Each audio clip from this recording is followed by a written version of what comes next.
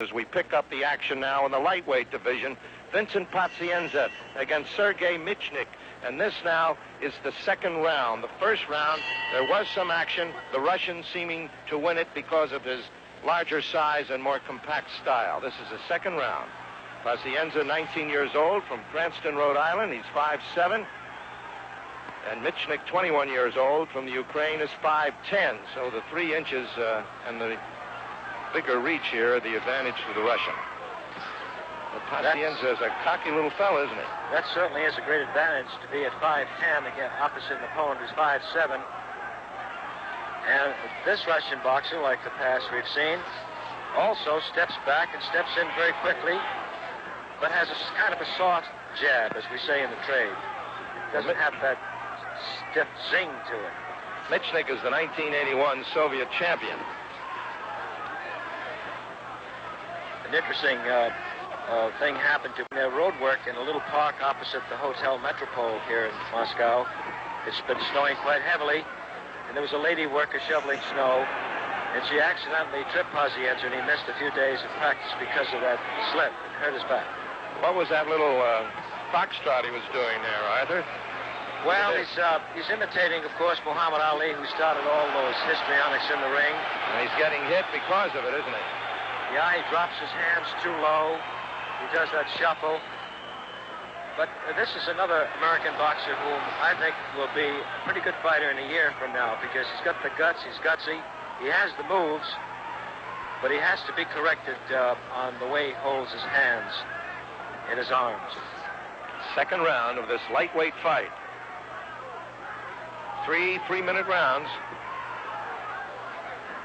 There's a publication in America called The Amateur Boxer, and Pazíjenca was voted #1 in his weight class.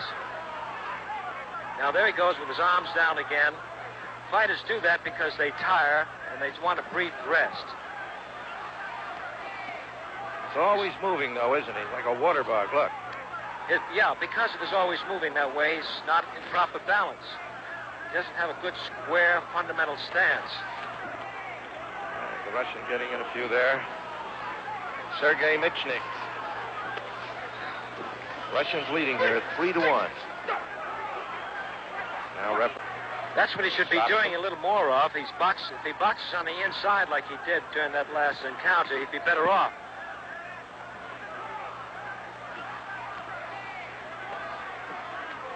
Pazíjenca trying to get inside.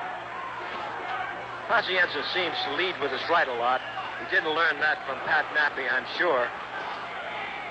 Seems like he's getting a little frustrated. Coming to the end of round 2 here in this lightweight confrontation. Víncenc Pazíjenca now answering the bell for round 3 in this lightweight battle against Sергій Mічnik of the Soviet Union. And Víncenc Pazíjenca has his work cut out. He is so eager, though, and so spirited a fighter.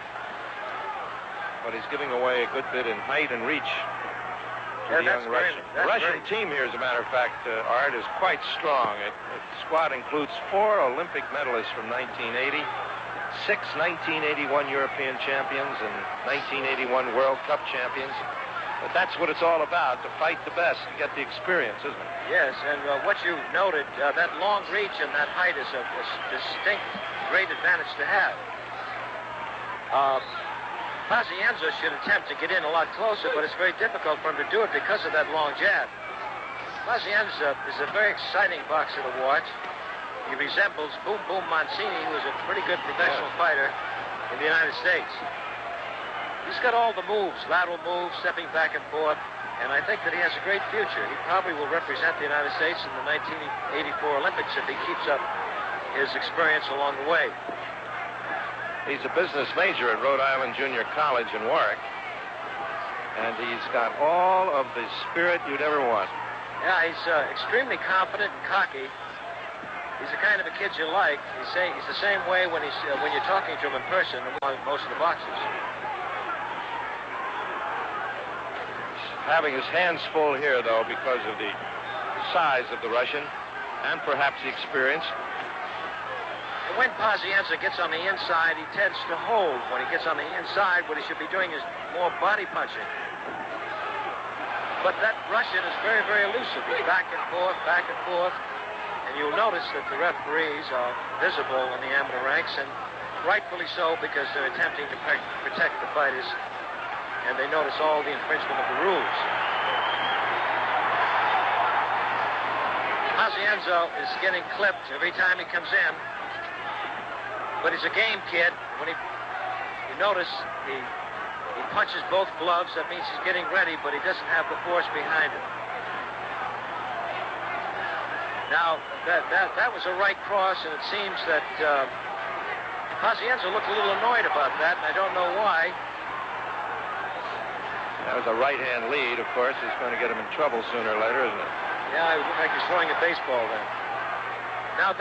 Now I see something in the back of Pazzienza. It's blood.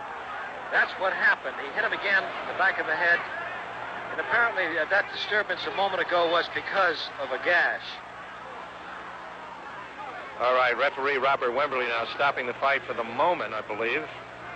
Yeah, he's taking Pazzienza over to Dr. Jameson, who is the American doctor again. And there is a gash on the neck, I expect, or high up in the hairline there, and you can see the face is telling the tale of what Pazzienza's been through here. Yeah, it's right at the top of the head, Jack.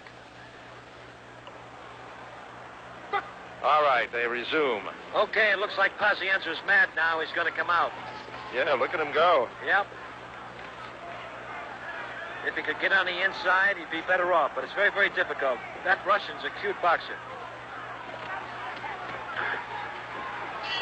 And there it is, the end of the fight.